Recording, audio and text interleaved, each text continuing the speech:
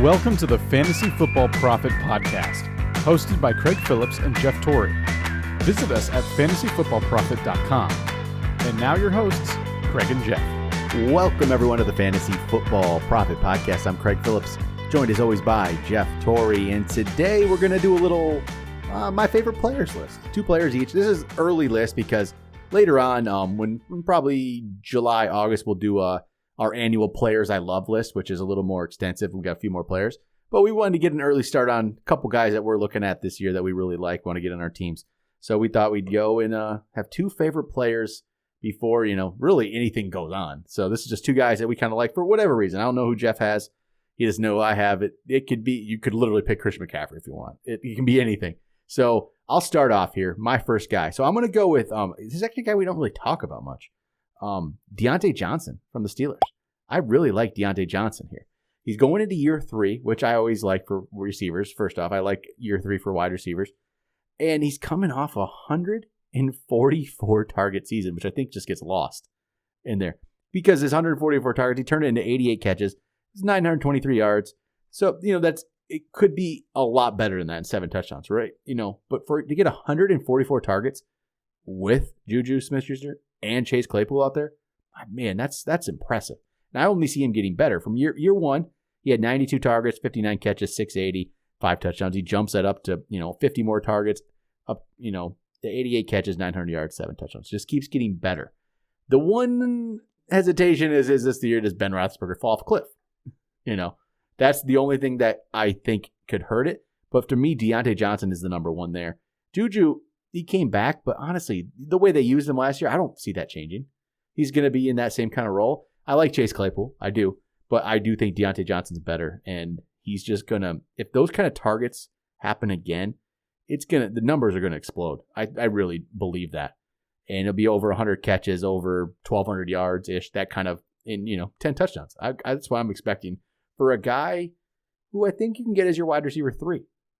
And that's the biggest part, is he's a wide receiver 3 most likely. He's in that, I'll pull up a little ranking here quick. Okay, he's ranked at 24. So in a 12-team league, he's like the very back-end wide receiver 2, but that doesn't mean anything. You can get him as a 3. And same thing with then if it's 10-team, get him as a 3. I really like Deontay Johnson. 144 targets. I feel like that really gets forgotten. Yeah, 100%. If you would ask anyone how many targets did he get, I guarantee that they'd be like, maybe he got 100. And the only thing, and first of all, the last thing you said, I think, is the big one for me. When you say, wow, you can get him as your wide receiver 3. Yep. That is mind-blowing to me. Before that, when you're naming off all of the things that could go wrong from, all of that hasn't changed, right? Roethlisberger could fall off a cliff. There. They drafted Najee Harris. Maybe they run more. Claypool, Juju, they re-signed. Obviously, not Claypool, but Juju. They have both of those guys. So nothing got easier for him. Yep. But you're absolutely correct. He has been a very, very good wide receiver. And he returns with his quarterback, and he could absolutely explode. And you're getting him at a minimal cost. You don't have to gamble on him. That's what I love about him. So absolutely, I agree with you. But for my number 1, I'm gonna go with tried and true. If you listen to the show, you're probably gonna hear this before, but I'm gonna keep going with it. My number 1 is gonna be DAndre Swift. And right now, I'm picking him because there's a lot of guys that you can pick, but he's the one that I do not believe is going to move a whole lot, and that's my big one. He's 16th as far as where he's drafted on Fantasy Pros. He will be up and down on other lists, but right now he's not going to be in the top 10, and I think that's where he should be, honestly. I think DeAndre Swift and the Lions should be up there. They have a very good offensive line. They don't know if they're going to be who knows what their offense is going to look like as far as passing. No one really knows. We believe Hawkinson. Yeah. We think that Amon-Ra St. Brown is going to be relatively good. We pair him in maybe, all this Tyrell Williams. We don't really know, but we do know that they should be able to run the ball and he should be able to catch as well. DeAndre Swift is a safe bet in order to get you a lot of fantasy points at a spot where you can get him. You don't have to get him in the first round. Second, third round, awesome. He's a very great running back that you can just grab, plug in, and you don't have to worry about it. So I keep looking at him, and depending on some drafts, he will keep falling because he's on a crappy team. DeAndre Swift, I think, is a great talent. Year 2, I think he's going to do really big things. So he's one of those guys that I keep ending up with on my team because I don't think you can get a better value at the moment. He's dropped to 16th in the consensus ranks right now. And behind Austin Eckler. Yes, and I believe that like Najee Harris is probably going to go above him. I think there's other guys that could actually go above him right now. Yeah, because Najee's 17, and I see him getting drafted before Swift and some of these. But I'm telling you, the Lions are going to run the ball. They're going to do what they can to run the ball, and they want to establish that. And he's the guy. Jamal Williams will play a little bit, but Jamal Williams is just Jamal Williams. He's not. This is different. This is a different story. They want to use Swift. Last year, Matt Patricia just wanted to be the smartest guy there was, and he'll do, let's draft a running back early in the second round, not use him at the beginning. Freaking moron. Yeah, he's top 10 pick. He's worse than Mike McCarthy. As Craig saying that, that's a big thing. He is. He is. Matt Patricia set us back. Freaking Matt Patricia. I should have said that to his face when I saw him. Yeah. You heard it for her first. I didn't. The fantasy football didn't even say hi. Shit. Couldn't even say hi. But but Swift. I'm a big fan of Swift, obviously, and currently running back 16, which is a good spot. I think it's a good spot to get him. Yep. So I'm on board with that. So I guess we'll go over to my number 1 here. So Deontay Johnson was my number 2 favorite player. My number 1, same theme, J.K. Dobbins. It's just no Mark Ingram this year, which I think is a big deal, honestly. I think you saw what Mark Ingram did in 2019 as the main back with Gus Edwards there, right? He was really good. Last year, they add Dobbins, so you have 3 guys. You have Mark Ingram, who had 72 carries. You have Gus Edwards, who had 144. You had Dobbins, who had 134. They were all right there. That's 72 carries from Ingram. That goes away, and it's not going to be picked up by like Justice Hill.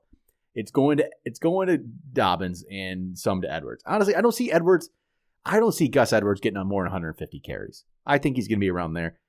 I think Dobbins gets the majority of these Ingram carries. Honestly, that's where I'm at, and I think he gets to that. If he does that, he gets over 200, and that's kind of how I see this playing out, where those Mark Ingram carries go to Dobbins. Dobbins gets to 200. Edwards stays at 140 to 150. Edwards will play a lot, but Dobbins getting 70 more carries, and if he 6 yards per carry. That's a good pace. Probably can't keep that up, but he'll be in the 5. He'll be over 5 yards a carry, just the way this offense works. I mean, this is the best run game in the league. I mean, obviously Lamar Jackson is the reason why too, but without that, it's going to be good. Dobbins if he gets 200 carries, this guy, it's going to be ridiculous. 1,200 yards probably. See if he catches the ball a little bit more. That's the one thing where he didn't really do. 18 catches last year, so that needs to hopefully increase. But, yeah, expecting big things from J.K. Dobbins.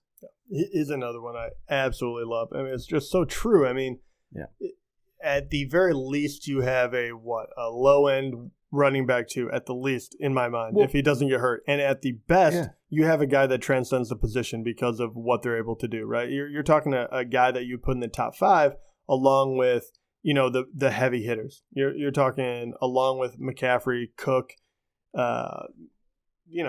Kamara, whoever it may be, I think he could battle for that top 5 spot. Yep. That's how good he is. Well, because in 2019, Mark Ingram had 202 carries. I can easily see that kind of workload for J.K. Dobbins without a doubt. And I don't see why not. And Gus Edwards that year had 133 carries. Justice Hill had 58 carries. Yeah, they actually had. There's room there. He can get 200. He can definitely. And 200. If they want to dump off a few more passes with Lamar, he's the perfect guy to do it for. And you already look at the average clip that they're gaining. All of the guys there, Gus, him, even Ingram when he wasn't on the top of his game.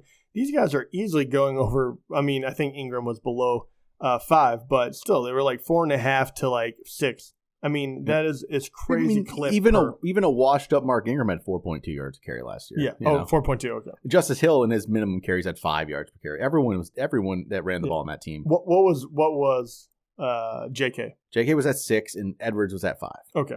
Yeah. It just tells you everything you need to know. That guy is a supreme talent. Oh yeah. I love where you can get him right now. And you're getting him after Antonio Gibson right now, after Joe Mixon.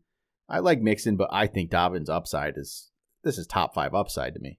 100%. 100%. Yep. So get him as your RB2. He becomes a RB1. That's how you win. That's how you win fantasy. That is 100%. Yep.